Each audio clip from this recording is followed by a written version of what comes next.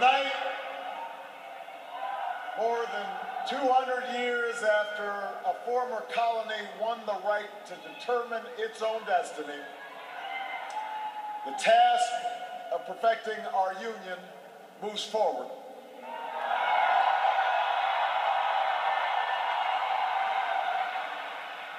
It moves forward because of you. It moves forward because you reaffirmed the spirit that has triumphed over war and depression, the spirit that has lifted this country from the depths of despair to the great heights of hope, the belief that while each of us will pursue our own individual dreams, we are an American family and we rise or fall together as one nation and as one people.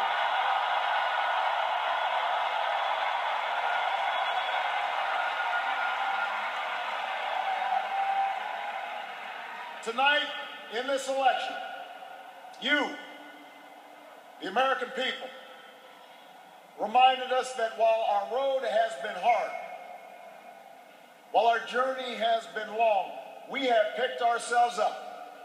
We have fought our way back. And we know in our hearts that for the United States of America, the best is yet to come.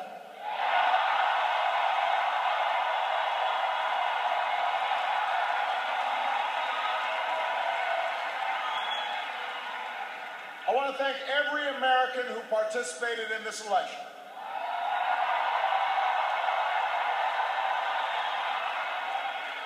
Whether you voted for the very first time or waited in line for a very long time. By the way, we have to fix that.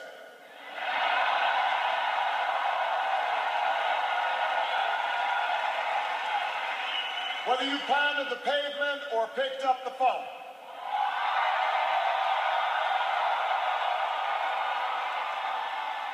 Whether you held an Obama sign or a Romney sign, you made your voice heard, and you made a difference.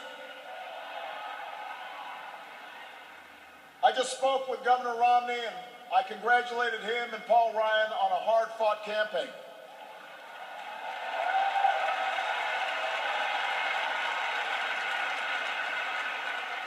We may have battled fiercely, but it's only because we love this country deeply, and we care so strongly about its future. From George to Lenore to their son Mitt, the Romney family has chosen to give back to America through public service, and that is a legacy that we honor and applaud tonight.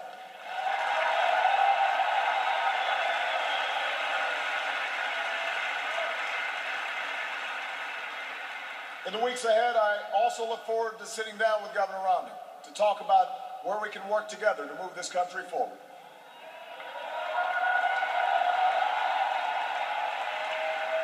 I want to thank my friend and partner of the last 4 years, America's happy warrior, the best vice president anybody could ever hope for, Joe Biden.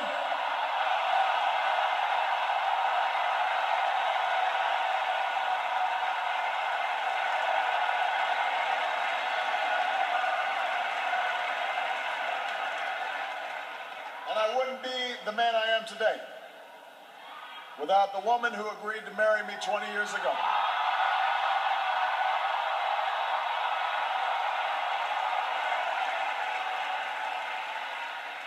Let me say this publicly, Michelle, I have never loved you more. I have never been prouder to watch the rest of America fall in love with you too, as our nation's First Lady.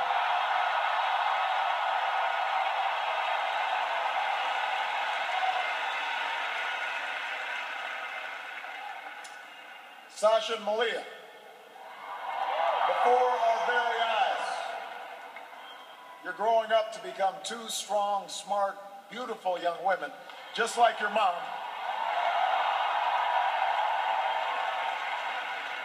And I'm so proud of you guys. But I will say that for now, one dog's probably enough.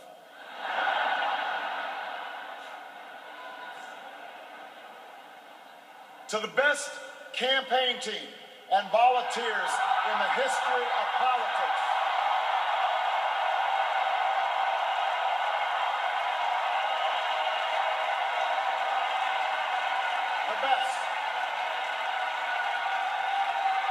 The best ever.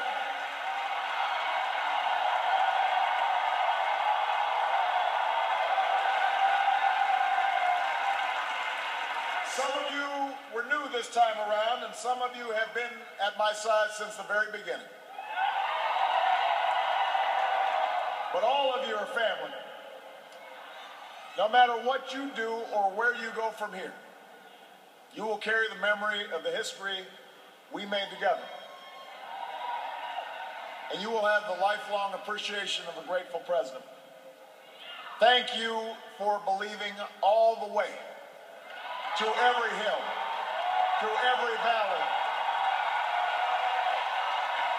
You lifted me up the whole way, and I will always be grateful for everything that you've done and all the incredible work that you've put in.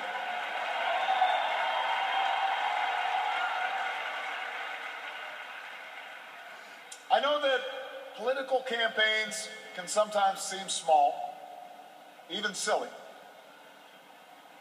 And that provides plenty of fodder for the cynics who tell us that politics is nothing more than a contest of egos or the domain of special interests. But if you ever get the chance to talk to folks who turned out at our rallies and crowded along a rope line in a high school gym,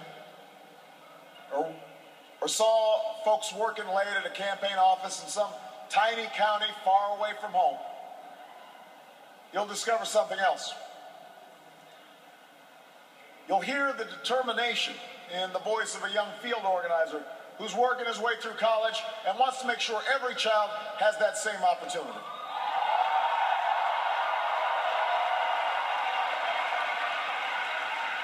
You'll hear the pride in the voice of a volunteer who's going door to door because her brother was finally hired when the local auto plant added another shift.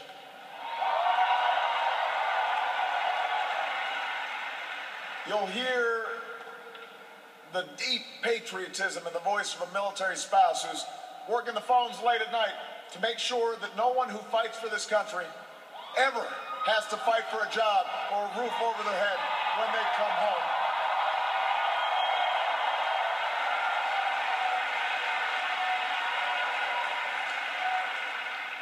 That's why we do this. That's what politics can be. That's why elections matter. It's not small, it's big. It's important. Democracy in a nation of 300 million can be noisy and messy and complicated. We have our own opinions. Each of us has deeply held beliefs. And when we go through tough times, when we make big decisions as a country, it necessarily stirs passions, stirs up controversy.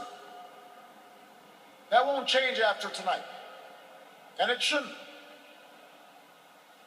These arguments we have are a mark of our liberty. And we can never forget that as we speak, people in distant nations are risking their lives right now just for a chance to argue about the issues that matter. The chance to cast their ballots like we did today.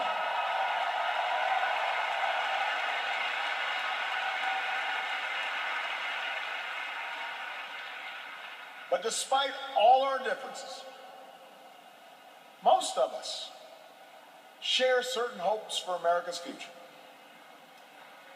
We want our kids to grow up in a country where they have access to the best schools and the best teachers.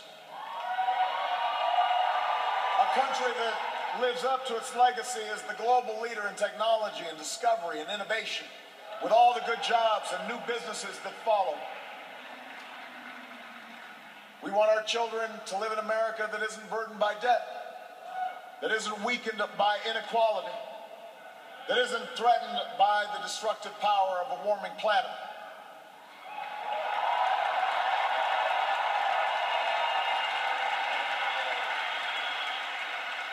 We want to pass on a country that's safe and respected and admired around the world.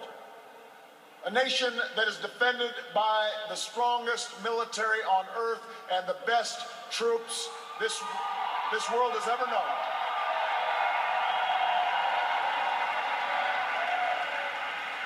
But also a country that moves with confidence beyond this time of war to shape a peace that is built on the promise of freedom and dignity for every human being.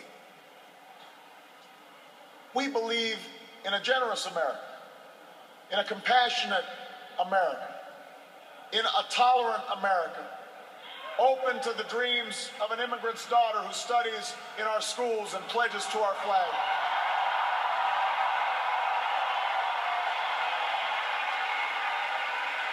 To the young boy on the south side of Chicago who sees a life beyond the nearest street corner.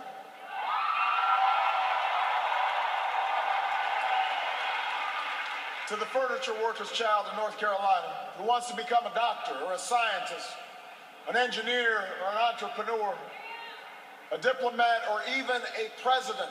That's the future we hope for. That's the vision we share. That's where we need to go. Forward. That's where we need to go. Now, we will disagree, sometimes fiercely, about how to get there. As it has for more than 2 centuries, progress will come in fits and starts. It's not always a straight line. It's not always a smooth path. By itself, the recognition that we have common hopes and dreams won't end all the gridlock or solve all our problems or substitute for the painstaking work of building consensus and making the difficult compromises needed to move this country forward. But that common bond is where we must begin. Our economy is recovering. A decade of war is ending. A long campaign is now over.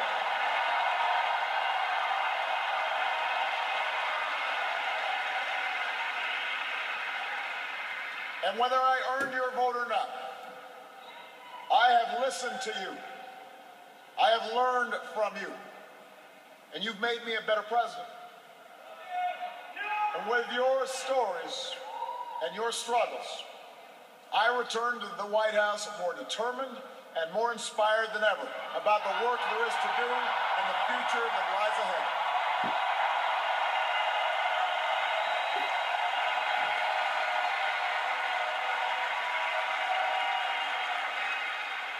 Tonight, you voted for action, not politics as usual. You elected us to focus on your jobs, not ours. And in the coming weeks and months, I am looking forward to reaching out and working with leaders of both parties to meet the challenges we can only solve together. Reducing our deficit, reforming our tax code, fixing our immigration system, freeing ourselves from foreign oil. We've got more work to do.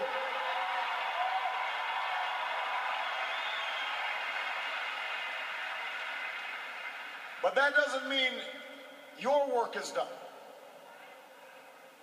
The role of citizen in our democracy does not end with your vote.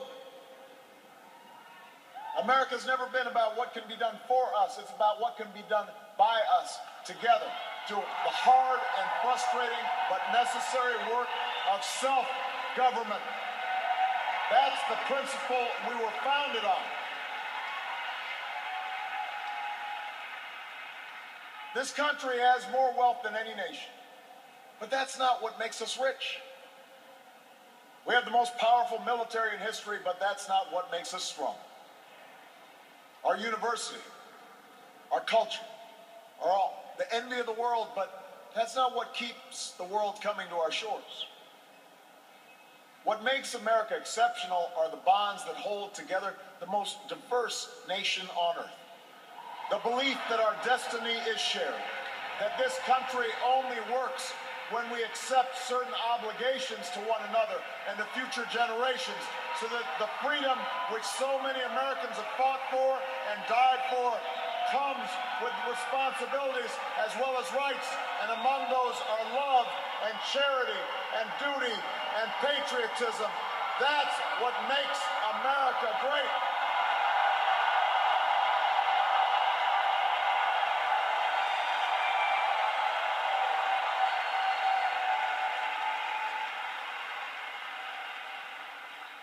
I am hopeful tonight because I've seen the spirit at work in America. I've seen it in the family business whose owners would rather cut their own pay than lay off their neighbors. And in the workers who would rather cut back their hours than see a friend lose a job. I've seen it in the soldiers who re-enlist after losing a limb. And in those SEALs who charged up the stairs into darkness and danger because they knew there was a buddy behind them watching their back.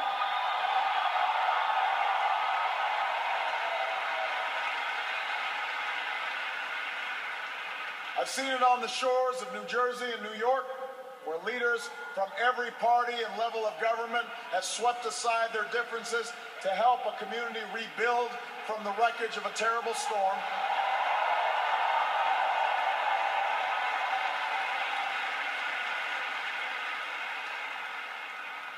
And I saw just the other day in Mentor, Ohio, where a father told the story of his 8-year-old daughter whose long battle with leukemia nearly cost their family everything. Had it not been for healthcare reform passing just a few months before the insurance company was about to stop paying for her care.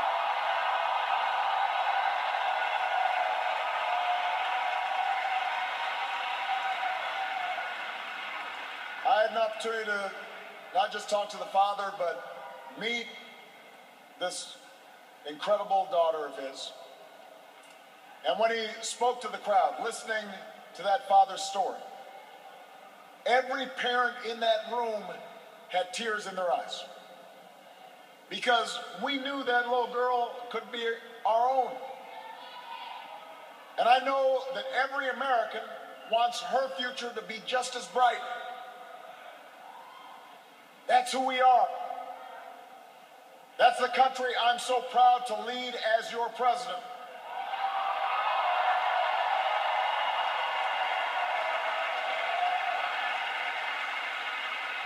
And tonight, despite all the hardship we've been through, despite all the frustrations of Washington, I've never been more hopeful about our future.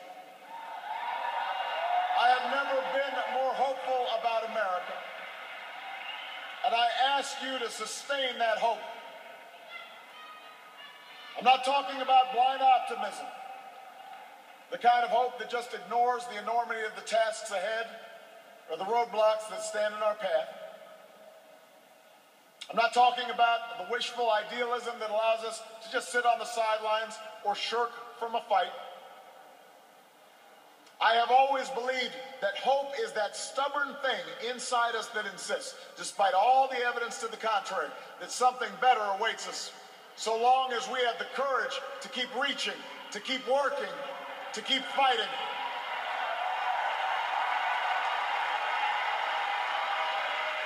America, I believe we can build on the progress we've made and continue to fight for new jobs and new opportunity and new security for the middle class. I believe we can keep the promise of our founding. The idea that if you're willing to work hard, it doesn't matter who you are, or where you come from, or what you look like, or where you love. It doesn't matter whether you're black or white, or Hispanic or Asian, or Native American, or young or old, or rich or poor, able, disabled, gay or straight. You can make it here in America if you're willing to try.